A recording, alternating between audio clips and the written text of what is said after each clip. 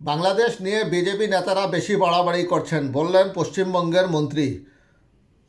শেখ হাসিনা সরকারের পতনের পর থেকে বাংলাদেশে সংখ্যালঘুদের উপর কথিত হামলার অভিযোগ নিয়ে সরব ভারতের ক্ষমতাসীন বিজেপি সরকার। এ নিয়ে পশ্চিমবঙ্গে দলটি রাস্তায় নেমেছে। বাংলাদেশের পতাকা অবমাননা থেকে শুরু করে অন্তর্বর্তীকালীন সরকারের প্রধান উপদেষ্টা ডক্টর মোহাম্মদ ইউনূসের কুশপুত্তলিকা দাহ করেন কলকাতায়। এরই মাঝে বাংলাদেশ ইস্যুতে ভারতের যা হচ্ছে সে পরিস্থিতি নিয়ে বলতে গিয়ে পশ্চিমবঙ্গের মন্ত্রী সিদ্দিকুল্লাহ চৌধুরী বললেন, বাড়াবাড়ি হচ্ছে। একই সঙ্গে এসব ইস্যুকে বাংলাদেশের অভ্যন্তরীণ বিষয় উল্লেখ করেছেন। বাংলাদেশ নিয়ে বাড়াবাড়ি ইচ্ছে উল্লেখ করে মন্ত্রী বলেন, বাংলাদেশে বিভিন্ন প্রশাসনিক পদে বসে রয়েছেন হিন্দুরা। থানার বড় বাবু, বিচারপতি, এসপি, ডিএম, কত হিন্দু, এগুলো দেখা যায় না।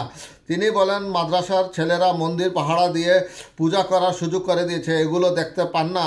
পাল্টা হামলা যারা করছে তারা অস্থির মস্তিষ্কের। বাংলাদেশে কোথায় কি ঘটছে, প্রকৃতপক্ষে কতটা অত্যাচার হলে নিশ্চিতভাবে তার নিন্দা করতে হবে, তবে সেটা বাংলাদেশের অভ্যন্তরীণ বিষয়।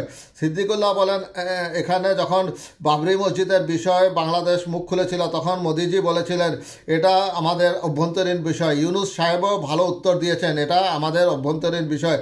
তিনি আরও বলেন, সন্ন্যাসী যদি অপরাধ করে সে অপরাধী, ইমাম অপরাধ করলে সে অপরাধী, ভালো সন্ন্যাসী হলে সে কি অপরাধ করবে? সিদ্দিকুল্লাহ চৌধুরী 40 বছর ধরে কাজ করছে, সবার সামনে বলছি, কটা থানা কেস দেখেছেন, অপরাধ কতটাই বা হয়েছে এবং কতটাই বা মামলা নেওয়া হয়েছে।